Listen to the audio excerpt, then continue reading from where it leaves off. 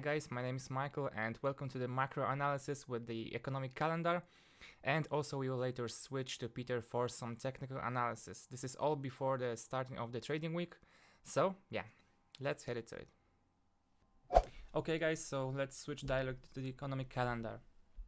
So in the beginning of this week, on the Monday, we have no major events, so there should not be, it should be a very quiet day, but overall in the beginning of this week I would highly recommend you to pay attention to the pairs with Australian and Canadian dollar, and yeah, to revise your positions on those the crosses with those currencies. So because we have in the Tuesday we have RBA meeting minutes very late in the night. Later we will have in the afternoon we have core retail sales from the Canada. Later on Wednesday we have retail sales from the Australia and core CPI from the Canada. So yeah, I think the first half of the week will be under the Australian and Canadian dollar sign. So this is what I have to say about those crosses, about the beginning of the week. Later, same on Wednesday, we have the existing home sales and crude oil inventories from the United States. And as long as we see those cases with the cases and news with coronavirus, I would not pay that much attention to the existing home sales and those crude oil inventories, since, for example, crude oil inventories is a weekly report, and until we will not see any, like, you know, big difference, big change in the data, I would not expect it will influence the market that much. Yeah, and I think also one of the most important things concerning the United States, the US dollar, will be on Thursday we have the initial jobless claims. The reading that I think after the new lockdowns and after the new lockdowns in the new news about the cases concerning the coronavirus will have major influence on the US dollar prices. And yeah, I think the best is saved for the end of the week. Concerning the euro, we have the German manufacturing PMI on Friday, which, yeah guys, last reading was a big surprise. Well, maybe not that, but still a big change, big surprise for some people. And yeah, we had the reading. Let me show you. From the 36.6 and actual is 45.2, which was a big change from the previous one. And yeah, but guys, I would not expect that it will change that much in this time, since we had seen the slowdown of the German economy even before the coronavirus started to spread in the Europe and globally. So I think it was just a sign that the Germans came back to work fully, and that's it. I would not expect much bigger rebound this time also. Okay, so yeah, that's right. I should also say a few words about the EU summit that was held this weekend.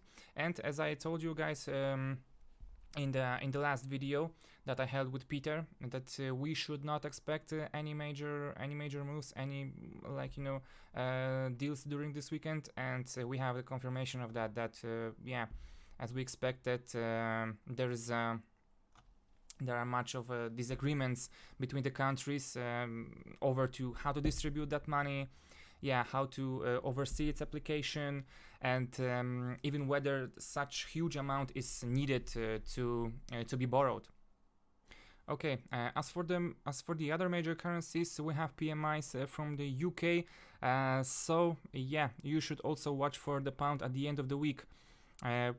What I recommend you to do is at the end of the week, maybe on Thursday evening or Friday morning, cash your profits, cut your losses, or you know, at least move your stop loss a bit closer to your current position, current price, so at least just before the event. So yeah, right now we will switch to Peter. He will give us some perspective for the euro dollar for this weekend. So yeah, Peter, all to you right now. I'm off. Bye guys. Hi guys, good afternoon. Piotr here, Light Forex Global YouTube channel. Thank you, Michał, and we are going to discuss the very important chart of the upcoming week. It's gonna be euro dollar. We are not gonna discover America. The thing is, to be honest with you, I'm quite surprised. We were waiting for some action and fireworks post 3 central banks we've seen last week. Well, it didn't materialize, to be honest with you, and even more post ECB. We've seen the euro weakness, but overall Friday brought us something strange, to be honest with you, and the bulls managed to close the week above post FOMC, post ECB high, and that quite significant development. So let's have a look and check the weekly chart. As you can see here, very strong close. So trying to check the chart only, we are talking about the high 2 weeks ago, 1370, as a first possible demand, the upper shadow, which well, been broken. That's the very important thing. But we are going to switch to the daily chart in a second, right here, right now. So here, as you can see, and it's gonna be, you have to picture what we've seen a second ago on the weekly chart. You have to picture that because we have some kind of the confluence here. And 1330, 1275, quite huge, but that's the daily chart. Quite huge demand zone, right?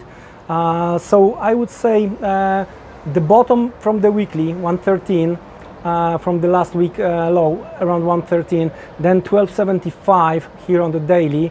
That's quite significant development, taking into the consideration that we are still above the yearly high. Looks like slowly, step by step, higher levels are possible. So we are talking about the stops above 115, and if we are going to manage to close above, then 70.50 could be the next target. The main question here is, if it's a dollar weakness, it's the euro overall euro strength, right? And I would say yes, that's the euro strength. And you can check also the other euro crosses. That's what we are going to discuss, starts from Monday. Especially I like euro pound. So here overall bullish on euro dollar. Thank you very much guys, don't be trapped, and see you around.